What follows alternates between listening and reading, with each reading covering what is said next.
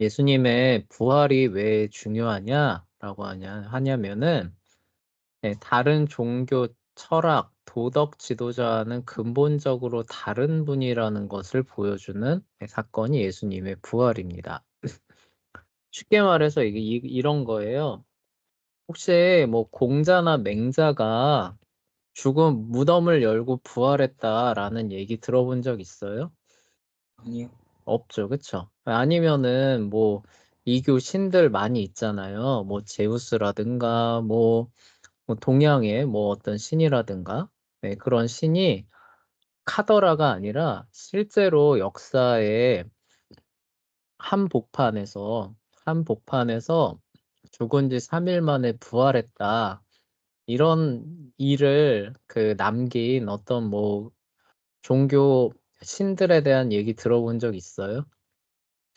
전혀 없죠, 그쵸? 네. 그러니까 예수님이 이게 다르다는 거예요. 그러니까 예수님이 이 세상에 오셔서 하신 게 뭐 도덕, 철학 지도자들처럼 얘들아 착하게 살아라.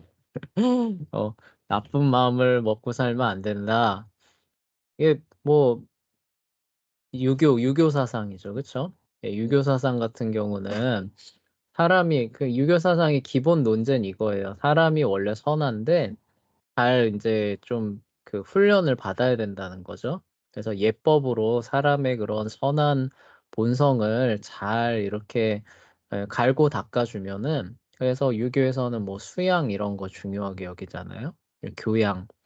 그러면 사람이 이제 뭐가 되는 거야? 성인, 사람답게 된다. 이게 이제 유교의 기본 메시지거든요. 네, 그런 것들을 하는 게 기본적으로 철학이나 뭐 종교의 역할이 되는 거죠. 한마디로 뭐예요? 얘들아 좀 착하게 살아라. 그쵸? 야, 좀 잘 해봐. 그러면 뭐예요? 좀 더 좋은 세상이 될 거야. 이렇게 얘기를 하는 거잖아요. 그쵸? 네. 근데 예수님은 어때요? 예수님은 그게 아니라 뭐예요? 실제로 너희들이 잘 살아봐가 아니라 뭐예요? 내가 너희를 건져낼 거라는 거죠. 그쵸? 네. 네. 그래서 실제로 건져내는 일을 어떻게 하는 거예요? 그냥 방구석에서 아무도 모르게 하는 거예요? 아니죠. 그쵸? 빌라도라고 하는, 누구나 다 알 수 있는, 로마의 그런 어떤 총독의 그 권한 안에서, 그쵸? 로마라고 하는 그 대제국의 그 바운더리 안에서 실제로 우리의 죄의 값을 지불하시고, 그쵸? 그래야 이제 뭐예요? 그 모든 죄의 값이 다 지불됐다는 것을 이제 보여주는 거죠. 그래서 너희가 장차 의의 나라로 올 사람이다라는 거를 확증해 주시기 위해서 뭐예요? 3일 만에 부활하시죠. 그쵸? 그러니까 예수님은 뭐야? 너희가 좀 착하게 살아봐. 너희가 좀 잘 살아봐. 그러면은 너희가 이런 좋은 사람이 될 거야. 이런 거랑은 완전히 결이 다르다는 거죠. 그쵸? 네. 그게 아니라 뭐예요?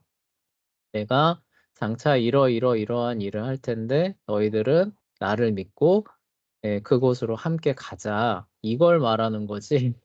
그죠? 너희가 지금 가지고 있는 것들을 잘 개발해 봐. 이런 걸 좀 잘 해봐. 그러면은 좀 좋은 일들이 있을 거야. 이걸 말하는 게 아니라는 거죠. 그쵸?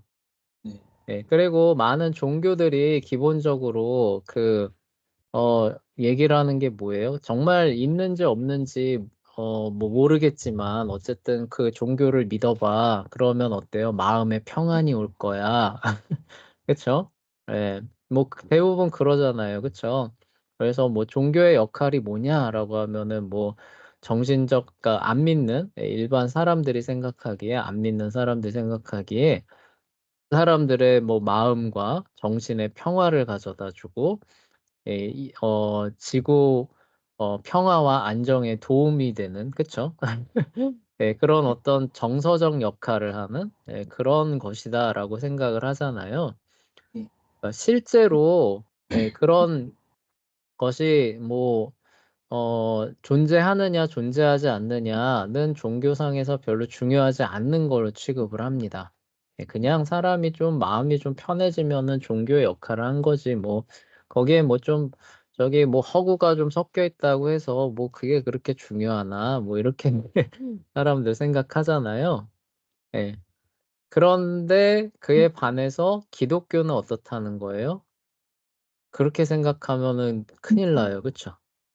네. 기독교만은 요게 굉장히 독특해요. 왜냐면은 일반 종교는 그러한 목적에서 세워지기 때문에 그렇게 해도 상관이 없지만 사도 바울이 얘기하잖아요.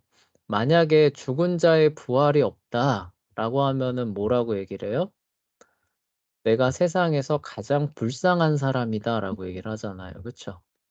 네. 그러니까 예수님이 실제로 부활을 하지 않으셨다. 그러면 뭐예요?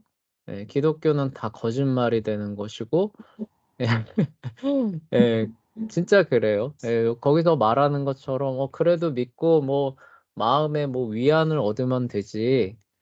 그럴 거였다면은 애초에 다른 종교, 철학, 도덕에 해당한다는 얘기가 되는 거죠. 그쵸? 네. 예, 기독교는 그거를 위해서 믿는 게 아니라는 거예요. 실제로 죄와 사망으로부터 예수 그리스도의 부활을 통해서, 그쵸? 벗어나서 영원한 생명, 참 사랑. 근데 이게 뭐예요? 추상적인 그냥 뭐 신화적 개념이 아니라 뭐예요? 역사적인 실제적인 개념으로 얘기를 한다는 거예요. 그쵸? 네. 예, 우리는 그거를 실제 역사로 보는 겁니다. 예, 그거를 가능하게 해주는, 그거를 증명해주는 사건이 뭐냐라고 하면 예수님의 부활이 되는. 그러니까 예수님의 부활이 없다. 그러면은 사도 바울이 말했던 것처럼 그러면 우리는 이게 뭐냐? 예수님이 기존의 철학자들과도 다르고 종교 지도자들과도 다른 정말 유일무이한 실제 그쵸? 그냥 뭐 추상적인 사람의 염원을 갖고 사람의 마음을 달래주는 것이 아니라 실제로 사람을 죄와 사망에서 구원해서 영원한 생명과 의로 인도해 주실 그 분이시라는 것을 믿고 그것을 보여주는 확실한 증거, 확고한 증거를 부활로 제시하고 믿었는데 부활이 없다라고 얘기를 하게 되면은 그럼 뭐라는 거예요? 우리 완전히 다 바보짓 한 거 아니냐?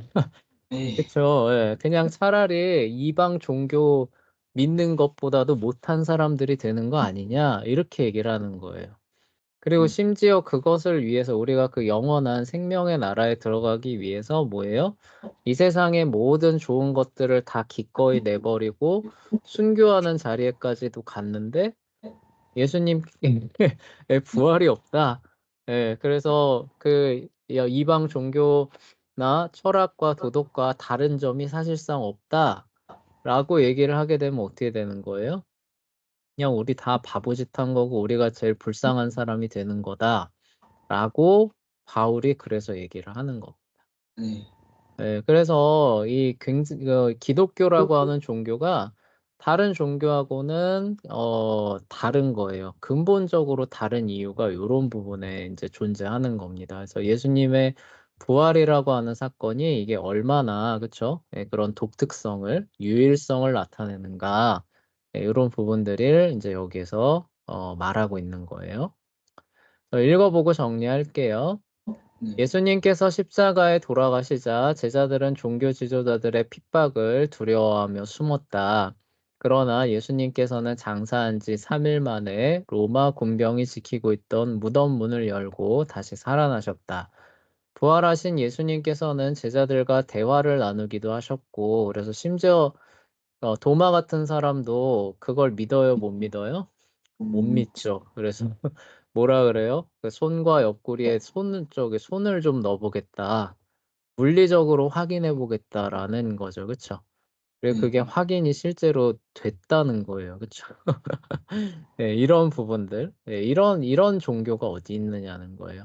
나중에는 500여 명이 보는 앞에서 하늘로 올라가시는 거죠. 그러니까 이게 뭘 의미하는 거예요? 진짜 우리가 믿는 바, 이 죄와 사망으로부터 벗어나서 영원한 생명, 영원한 의, 사랑의 그 나라가 추상적인, 그쵸? 공상의 그게 아니라 뭐예요? 실제로 존재하는, 그쵸?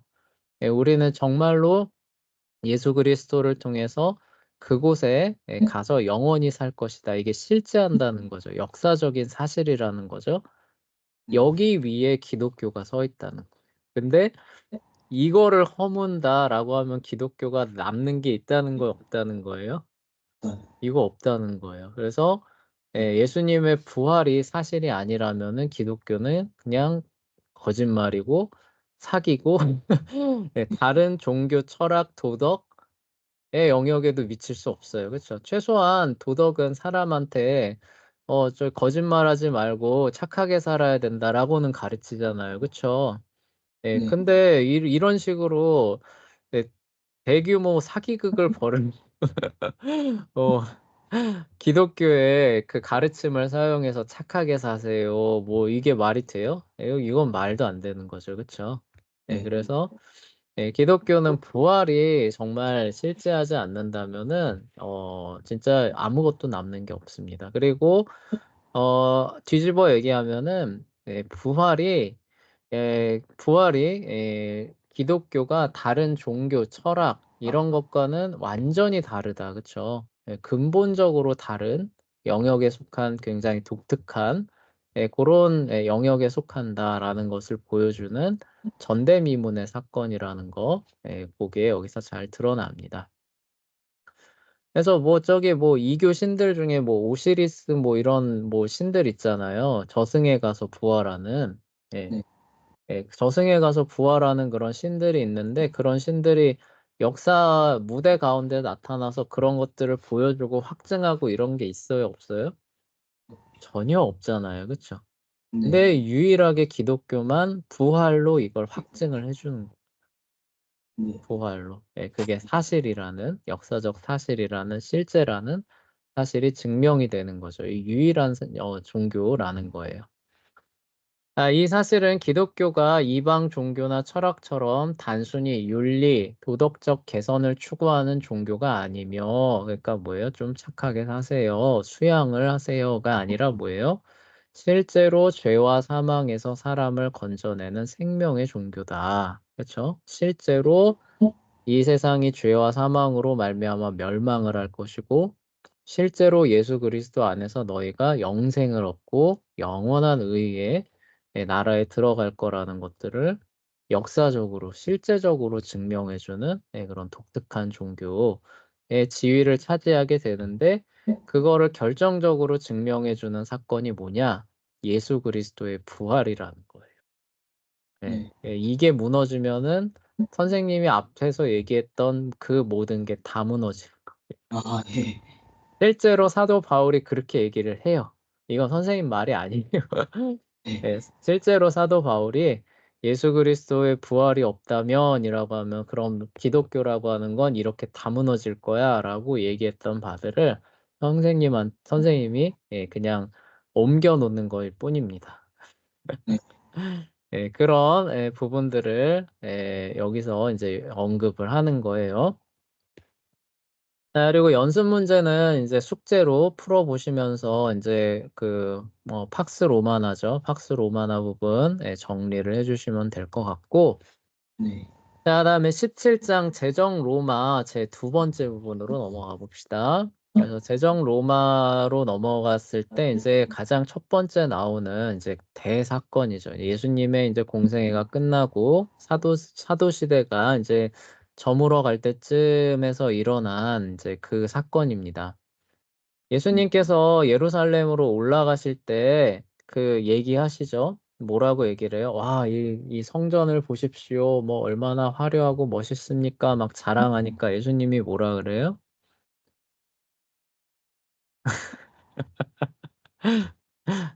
아, 잘, 기억이 잘 안 나요? 네, 돌 하나에 아, 돌, 돌, 네, 돌 위도 남지 않고. 그쵸. 돌 하나도 돌 위에 남지 않고 다 무너질 것이다. 라고 말씀하신 그 대목 있죠. 그쵸? 네. 그게 실현되는 그 대목이 요 유대 전쟁입니다. 유대 전쟁은 왜 일어났느냐라고 하냐면은 우리 앞서 배웠던 그 네로 이야기 들어봤죠? 네로. 네. 네로가 이제 막 통치를 하고 있습니다. 네. 근데 이 네로의 통치에 대해서 사람들이 불만이 많았어요? 불만이 많지 않았어요? 잘 많, 기억이 안 나죠? 많아, 예, 불만이 좀 많았죠. 그쵸? 왜 불만이 많았었나요? 폭정질. 예, 그쵸? 그러니까 뭐냐면은 황제인데 맨날 뭐예요? 무슨 자기가 예술가라고 하면서 막 무슨 뭐 제전 열어가지고 막 그 자기가 배우로 막 무대에 막 올라가기도 하고 그래서 네, 이제 말 그대로 저게 뭐냐 황제가 돼가지고 이런데 로마에 뭐가 생겨요? 대화제가 생겼죠. 그쵸? 네, 대화제가 이제 퍼져나가니까 그 뭐예요? 이게 그 소문이 퍼져나가죠. 안 그래도 맨날 로마 이렇게 그 재정비 그 예술 그 감성에 맞게 이렇게 딱 계획 도시로 아름답게 로마를 재정비하려고 했던 저 네로가 로마에 불질렀다. 이게 이제 그 네로가 그 인기가 떨어지게 된 결정적인 계기였거든요. 네, 예, 그 사건이 이제 있고 나서 어떻게 진행되냐면은 이제 그 네로가 임명한 그 유대 총독 있잖아요. 그쵸? 네, 유대 총독이 유대를 굉장히 좀 이렇게 강압적으로 다스렸다고 해요.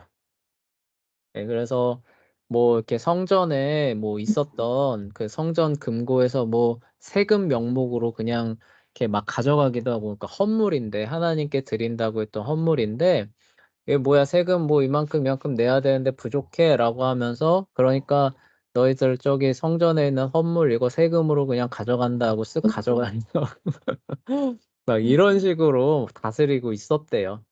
그러니까 그런 상황에서 어쨌든 네로가 임명한 총독이죠. 근데 네로의 그 인기가 점점점 떨어지니까 이제 이 그 동방 지역, 유대인 그 지역에서 이제 그 봉기가 일어나게 됩니다. 이게 이제 66년에 일어났던 대규모 반란이 됐어요. 네, 그리고 이 반란이 초기에 막 계획적으로 일어났었던 건 아니고요. 그리고 예수님의 제자들 중에서도 심지어 이렇게 로마의 반란을 일으켜서 유대 왕국을 세워야 되겠다라고 생각했던 사람들이 있었어요. 그래서 예수님의 12제자들 중에서 그 잘 기억해 보세요. 셀로신 시몬이라고 했었던 사람 그 이름 기억나요? 그러니까 가롯 유다라고 하잖아요. 그쵸? 네, 유다는 유다인데 뭐예요? 이스카리오트 출신의 유다다라고 해서 가론 유다죠. 그쵸?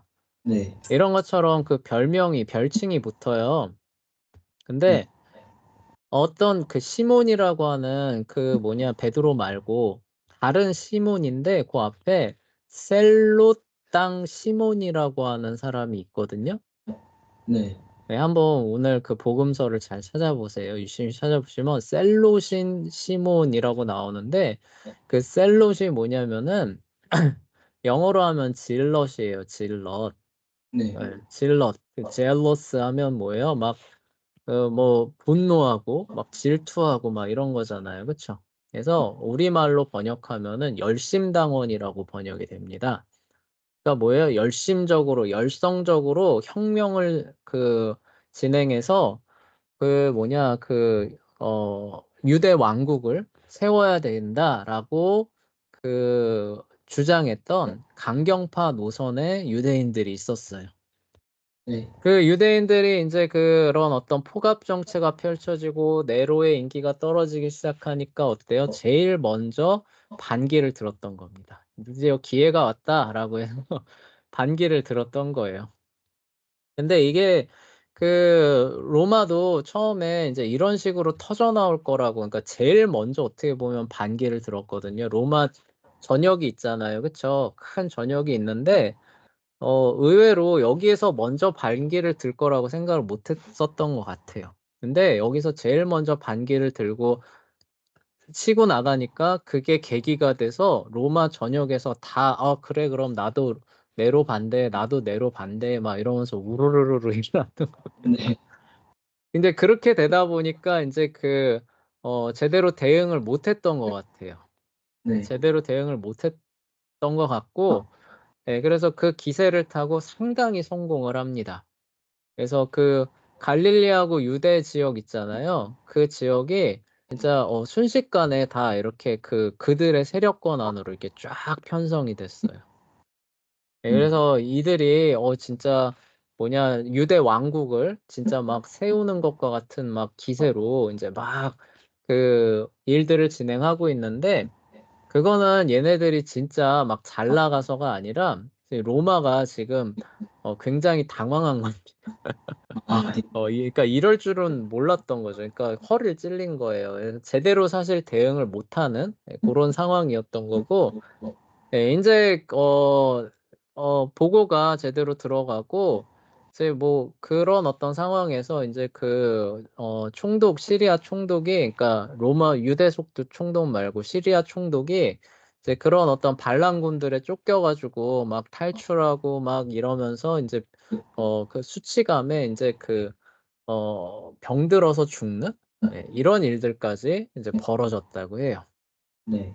그래서 이제 네로가 이제 그 소식을 접하고 아 이게 안 되겠다라고 이제 생각을 하고 이제 베스파시아누스라고 하는 사람을 이제 발탁을 합니다. 네.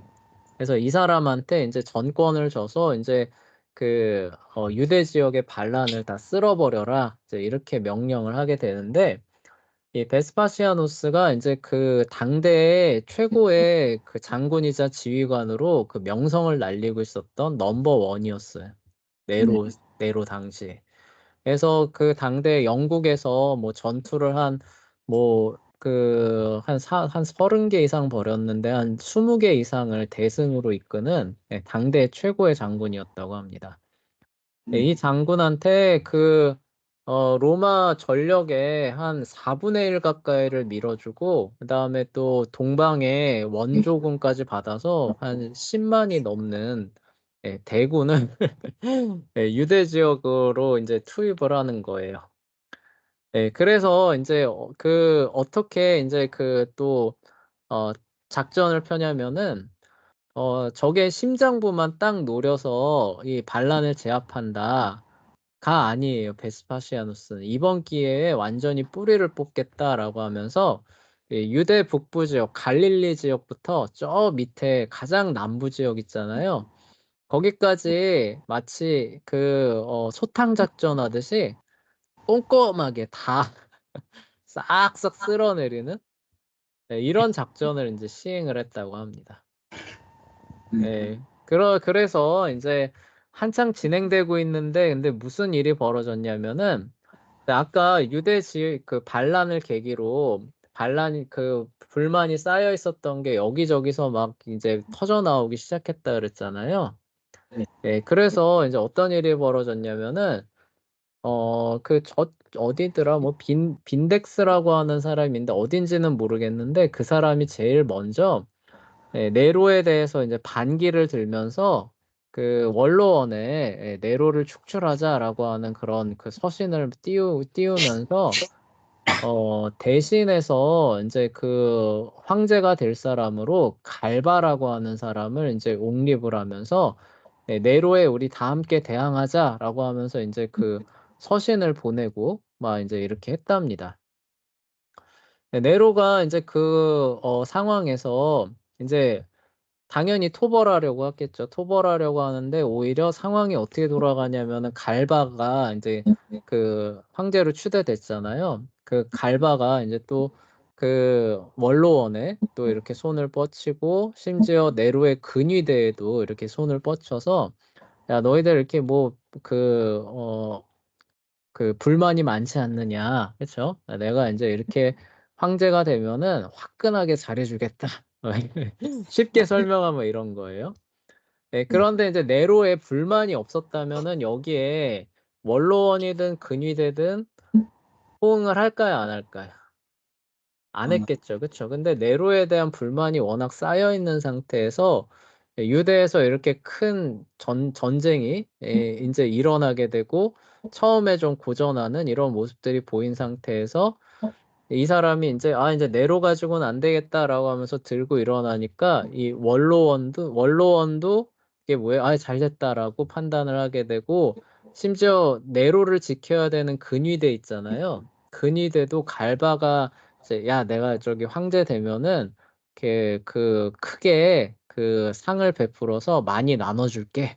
후하게 진짜 화끈하게 인심 써줄게. 이렇게 하면서 그러니까 너희들 이제 더 이상 네로를 보호하지 말고 이제 내 근위대 해라. 쉽게 말해 이렇게 한 겁니다. 여기에 다 넘어갔어요. 예, 네. 그러니까 그만큼 네로가 인기가 없었다는 뜻입니다. 이제 말년쯤 되면은. 그래서 그러니까 근위대도 돌아서고 원로원도 네로를 국가의 적 반역자로 오히려 선언을 해버립니다. 그러니까 반역은 황제인데 무슨 반역이에요, 그렇죠? 네, 최고 권력자가 어떻게 반역을 합니까? 근데 어쨌거나 돌아가는 그런 상황이 이제 네로가 이제 그동안 저지른 이런 악정들을 이제 낱낱이 언급을 하면서 네로가 사실상 그 제국을 위태롭게 한 그런 공적이다라고 선언을 하게 되고 근위대도 돌아서고 군대들도 이제 그 갈바라고 하는 그 사람의 이제 편에 서게 되면서 네로가 이제 코너에 몰리는 거죠. 그렇죠? 그래서 전에 얘기했던 것처럼 이제 그 자기 집으로 가서 그렇죠? 자기 집으로 가서 이제 자살하려고 하는데 스스로 찌르는 것도 이제 못 해가지고 옆에 있는 그 종한테 자기를 좀 찔러달라라고 부탁하면서 애원해서 이제 세상을 이제 떠나는 그런 일이 바로 요 전쟁 한가운데 일어나는. 네. 무슨 얘기인지 알겠어요. 이제 진짜 그 소탕 작전을 이제 꼼꼼하게 이제 이렇게 샥샥 하면서 이제 하나도 남기지 않고 다 쓸어 나가겠다 하면서 이제 갈릴리 지역 이제 제패하고 이제 요 남부 지역 제패하고 그다음에 동부 지역 제패하면서 이제 예루살렘을 이렇게 막 포위하고 있었거든요. 네. 그래서 이제 예루살렘 이제 막 이렇게 포위하고 이제 예루살렘을 어떻게 무너뜨릴까 하고 있는데 제국의 저편에서 무슨 일이 일어나고 있었던 거예요? 그 일을 빌미로 해서 반란들이 뻥뻥 터져 나오게 되고 거기에 원로원도 호응하고 네로의 근위대도 호응하면서 네로가 그 세상을 떠나게 되는 이런 상황이었던 겁니다. 네. 예. 그리고 그 이후의 역사는 어떻게 되느냐?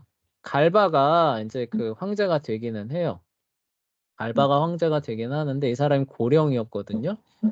고령이었는데 황제로 추대되는 데 있어서 군사적인 측면에서 가장 도움을 줬던 사람은 오토라고 하는 사람이 있어요. 오토라고 하는 사람이 있는데 이 사람은 그럼 갈바를 왜 도와줬느냐? 갈바가 이제 그 고령이니까 그리고 이제 그 후계자가 없는 상태니까 내가 이 사람을 도와서 옹립을 해주면은 이제 얼마 안 가서 이제 세상을 떠나겠으니까 떠나기 얼마 전에는 이제 어떻게 되는 거예요? 나를 양자로 맞아들여서 공식 후계자로 삼아주겠지라고 하는 기대를 갖고 이 사람을 옹립하는데 큰 기여를 했던 사람이 이 오토라는 사람이었어요. 네. 근데 이 갈바가 이제 로마에 입성을 하고 이제 보는 겁니다. 이제 어쨌든 원로원의 그런 어떤 그 신임을 받고 그다음에 전국을 안정시켜야 되고 이런 부분에서 보니까 오토는 군인이고 오토 가지고는 조금 어렵겠다라고 생각이 들어서 그 굉장히 명망가의 이제 후예가 하나 있었대요. 그러니까 뭐라고 해야 되지? 굉장히 그 이름 있는 아마 선생님이 기억하기로는 마르쿠스 안토니우스의 외손인가? 뭐 하여간 그쪽으로 해서 굉장히 명망 있는 청년이 하나 있었는데, 그 사람을 양자로 들였다고 합니다. 이 갈바가. 네. 네, 그러니까 이제 이 오토가 이제 열받아가지고, 이거를 그냥 이렇게 다 넘겨둘 순 없다. 그렇죠? 이거 뭐야? 제주는 곰이 부리고 뭐 돈은 사람이 받는 거야? 라고 하면서 이를 부득부득 갈면서 어 그 뭐냐 자기가 갖고 있는 그런 어떤 그 사용 가능한 그런 어떤 그 병력들을 동원을 해서 갈바를 급습을 합니다. 네. 여기에 이제 그 갈바가 당황하면서 빠져나가려고 하다가 결국 못 빠져나가고 이제 죽게 돼요. 네. 죽게 되고 나서 이제 원로원이나 뭐 이제 이런 데 가서 오토가 이제 자기를 황제로 추인해 달라 이제 이렇게 요청을 한 거죠. 원로원하고 근위대 둘 다 이제 오토를 황제로 추인을 하게 됩니다. 어쨌든 둘 다 죽었잖아요. 그렇죠? 그런데 이제 변수가 하나 생기는데요. 독일 쪽에 비텔리우스라고 하는 사람이 있는데 이 비텔리우스라고 하는 사람이 갈바가 임명한 요 총독이었거든요. 네. 이 사람이 여기에 그 부임을 하고 난 뒤에 그 아까 말했던 것처럼 야 내가 너희들한테 그 가면은 굉장히 뭐 많이 줄게 뭐 이렇게 해서 독일 안에 병사들한테 그 신임을 많이 마음을 많이 얻어놓은 상태였대요. 네. 복잡하죠, 그쵸? 근데 이 사람들이 가만히 보니까 이 오토가 황제가 되는 것보다는 못 믿어온 거예요. 못 믿었고, 비텔리우스가 우리 황제가 돼서 다스리는 게 더 좋지 않겠느냐라고 하면서, 자기네들끼리, 그러니까 여기 원로원의 추인, 이런 것들이 도달을 했나? 하여간 그런 것들을 받아들이지 않고, 우리는 비텔리우스를 황제로 세우겠다라고 선언을 하게 됐답니다. 그러니까 이제 어떻게 돼요? 양쪽에서 서로 황제 자리를 누가 놓느냐를 놓고 내전이 또 벌어지게 됐던 거예요. 아, 무슨 얘기인지 알겠죠? 그쵸? 근데 이 전투에서 누가 이기느냐? 비텔리우스가 승리합니다. 예. 독일 쪽 군단을 대규모로 아래로 끌고 내려가면서 그 오토가 그 패전을 해요. 오토가 갖고 있었던 그 군단은 사실 막기에는 절대 열세였거든요. 그래서 뭐 도나우 지역에 이제 그 군단이 오기만을 기다리고 있었는데 이게 조금 늦게 오면서 비텔리우스 쪽이 먼저 승리를 거둡니다. 그리고 비텔리우스가 그 황제가 돼요. 그런데 여기서 이제 끝이 아니라 이 비텔리우스가 황제가 되고 난 이후에 이 도나우 이 군단들 있잖아요. 오토 쪽에 붙으려고 했었던 이 군단들 사람들을 이제 숙청을 하면서 이제 대규모로 이제 그 처형을 합니다. 대규모로 처형을 하면서 이제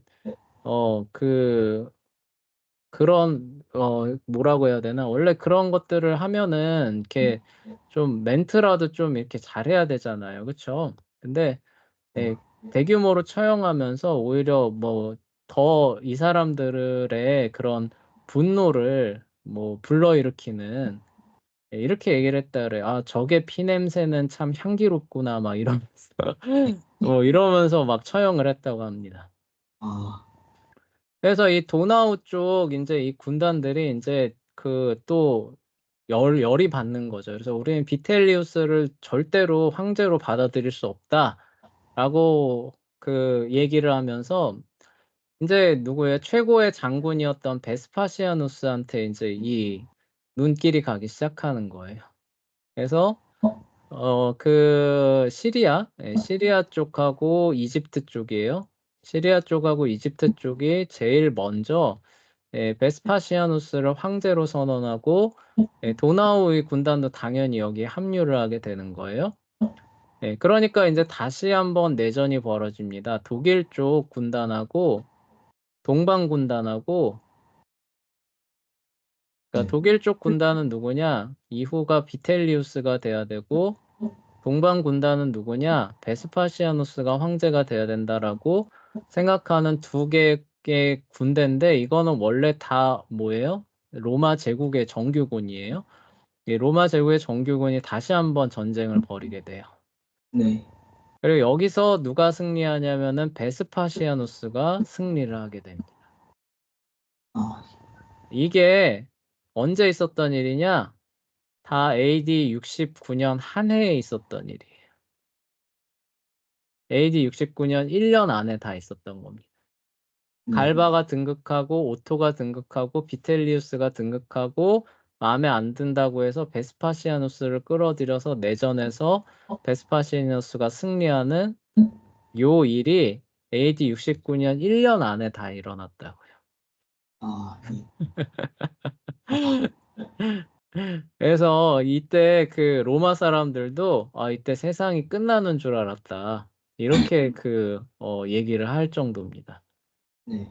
네, 그리고 이제 이렇다 보니까 이제 그 예루살렘만 이렇게 포위하고 이렇게 다른 데는 다 석권을 하고 이렇게 빗자루로 싹싹 떼듯이 하고 예루살렘만 딱 이렇게 놔둬놨는데 이게 그 전투를 할 수가 없는 거예요. 그렇죠? 이 내부 상황이 이렇게 되다 보니까.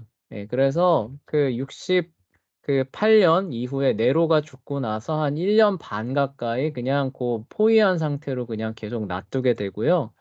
이제 요 전쟁에서 이제 그 베스파시아누스가 승리를 하고 네, 황제로 등극을 한 거예요. 황제로 이제 등극을 하면서 이제 자기는 이제 로마 황제가 됐으니까 로마로 가야 되니까 이제 이 유대 전쟁을 계속 지휘할 수가 없어서 그 아들인 이제 티투스라는 사람한테 이제 지휘권을 넘겨줍니다. 그리고 우리가 디도 장군이라고 들어봤어요? 디도 장군? 아, 예, 예루살렘을 무너뜨리고, 예루살렘을 함락하고 성전을 무너뜨린 그 성전 있잖아요. 예루살렘 성전을 파괴한 그 장군, 로마의 장군 디도라고 얘기를 하는데 그 디도 장군이 바로 이 베스파시아누스의 아들 티투스입니다. 네. 예, 그래서 이제 베스파시아누스가 이제 황제로 등극하고 나서 자기가 이제 유대 그 전쟁을 지휘할 수는 없으니까 자기 황제로 가야 되니까 자기 아들한테 이제 군단을 넘겨주고 야 예루살렘 저거 내가 다 이렇게 다 포위해놨는데 가서 함락을 해라 라고 이제 하게 되고 그래서 이제 1년 반 만에 드디어 예루살렘 그 공방전이 이제 진행이 됩니다. 네. 그리고 요때 그 유명한 이제 그 얘기가 있는데 그 로마에 대항하던 그 열심당원들이 여기 예루살렘은 하나님이 보호하시는 그런 도시니까 유월절 가까웠거든요. 예루살렘에 와서 유월절을 지켜라 라고 하면서 꾸역꾸역 다 예루살렘에 모여 있을 그때였어요. 그때 이제 다시 어떻게 되는 거예요? 다시 포위가 이루어지고 이제 누구도 못 나가게 하고 그렇게 된 상태에서 이제 그 전쟁이 다시 벌어지니까 요세푸스 말로는 이때 죽은 사람이 110만인가가 죽었다고 써있답니다. 이제 역사가들은 이제 야 옛날에 저기 그 로마의 인구가 100만이었는데 이때 110만이 죽었겠느냐 이제 약간 갸웃갸웃하기는 해요. 근데 그래도 하여간 어마어마한 그 숫자가 예루살렘 그때 그 성 안에 있었고 그 포위를 당해서 티투스의 이제 공격에 무너지게 되는 이제 일이 이제 이때 이제 일어나게 됩니다. 그리고 예루살렘을 이제 대거 파괴했는데 이 성전을 무너뜨리는 건 이제 그 본보기로 이제 진행했던 거예요. 로마에 대항한 그 민족들은 어떻게 된다는 거예요? 이렇게 철저하게 무너진다라는 것들을 보여주기 위해서 성전을 진짜 말 그대로 다 파괴합니다. 그리고 흔히 우리가 통곡의 벽이라고 하는 그 벽 하나 있죠. 그쵸? 성전 벽 하나. 네. 그거는 왜 남겨뒀느냐? 다 무너뜨리면은 여기가 성전이라는 거 모르잖아요. 네, 그러니까 일부러 그 벽 하나 이렇게 남겨놓고 너희들 로마에 대항하면 이렇게 되는 거야 라고 하는 걸 보여주기 위해서 그 벽 하나 이렇게 남겨둔 거예요. 일부러. 네, 그게 이제 오늘날에도 남아있어서 그게 통곡의 벽이라고 하는 유적이 되는 거.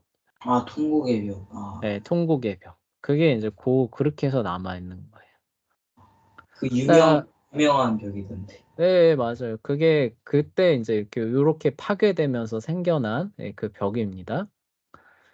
자, 그리고 이제 이 사건은 어떤 의미가 있느냐? 예수님의 말씀 그대로, 그쵸? 하나님께서 온 세상을 그쵸? 주관하신다라는 그 부분들을 잘 보여주는 거예요. 그쵸? 예, 그래서 예수님께서 돌 하나도 그 위에 남지 않을 것이다 라고 말씀하셨는데 실제로 AD 70년에 이와 같이 그쵸? 그 일이 일어났죠. 그쵸? 근데 그거를 배경에서 시행하는 그 주체가 뭐예요? 로마 제국이라고 하는 당대 최고의 패권국이잖아요. 그쵸? 네, 그거를 하나님께서 움직이시는 거예요. 그러니까 뭐예요? 하나님께서 온 세상의 역사를 주관하시는 분이시라는 것을 보여주는 거죠. 그쵸? 네. 예. 그러니까 예수님께서 마음만 먹으시면은 십자가에서 얼마든지 안 돌아가실 수 있었다. 이런 부분들도 보여주는 거죠. 그쵸? 네. 그리고 또 하나는 뭐냐?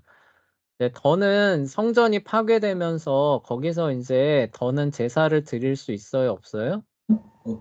못 드리죠. 그래서 요때 이후로 지금까지 구약의 제사가 드려질까요? 안 드려질까요? 안 드려지죠. 예, 못 드려져요. 드리고 싶어도 못 드립니다. 네. 그래서 구약의 경륜이 실제로 종결이 되었다라는 것들을 보여주는 거예요. 네. 그리고 또 하나 마지막으로 뭐냐?